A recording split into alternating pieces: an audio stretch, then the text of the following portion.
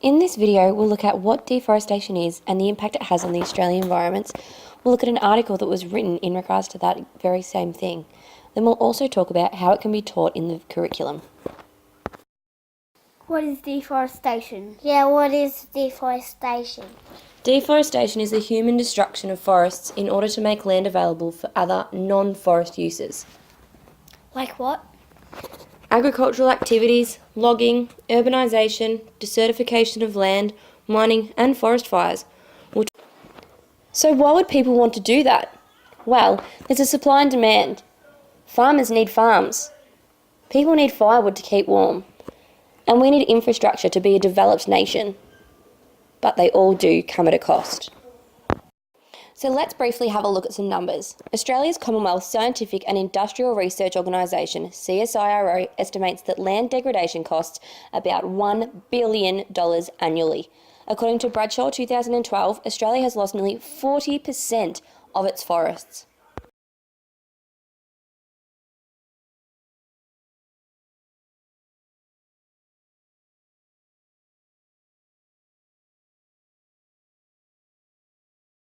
Let's briefly look at the introduction of deforestation in Australia and the rapid rise it experienced since the European colonisation. A whole heap of deforestation occurred through the late 1800s and early 1900s due to the proliferation in the number of wheat and sheep industries over Australia. By 1995, Australia had the lowest total area of remaining closed forests.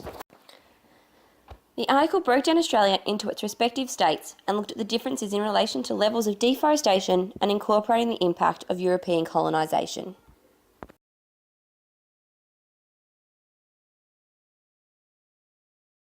According to the Victorian Government, 66% of the state's native vegetation has been cleared since European colonisation. This makes Victoria the most heavily cleared state in Australia. Majority of Queensland's vegetation clearance has occurred in the last 50 years.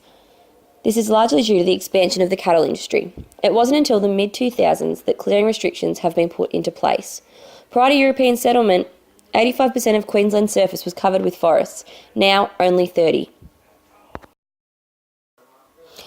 In New South Wales, it was the first region settled by Europeans and generally had a higher human population than most parts of the country. Much of the deforestation and destruction in this state occurred in the 19th century. In the Sydney region, less than 1% of the Sydney blue gum forests persist. South Australia's forests were also mostly cleared during the 19th and early 20th centuries, where in some regions, such as the Mount Lofty Ranges, only 10% of woodlands remained when broad-scale clearing largely ceased in 1980. In 1991, any new vegetation clearance was effectively banned. Of Australia's states and territories, Tasmania has the highest proportion of remaining forest in the country. Forest loss began early in Tasmania, but was largely restricted to the eastern region, where the sheep production was most intense.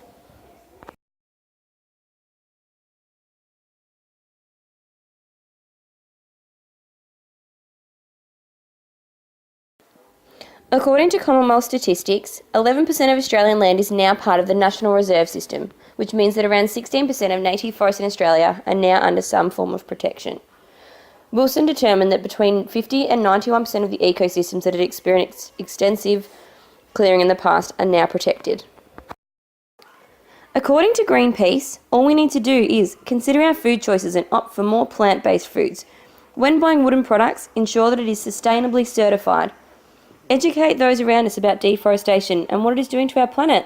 And for each tree that is destroyed, another should be planted.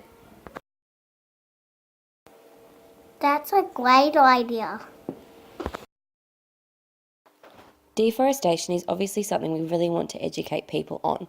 In Unit 3, Area Study 1, we can see that it's a perfect fit to talk about deforestation and the impact that European colonisation had on the Australian environment.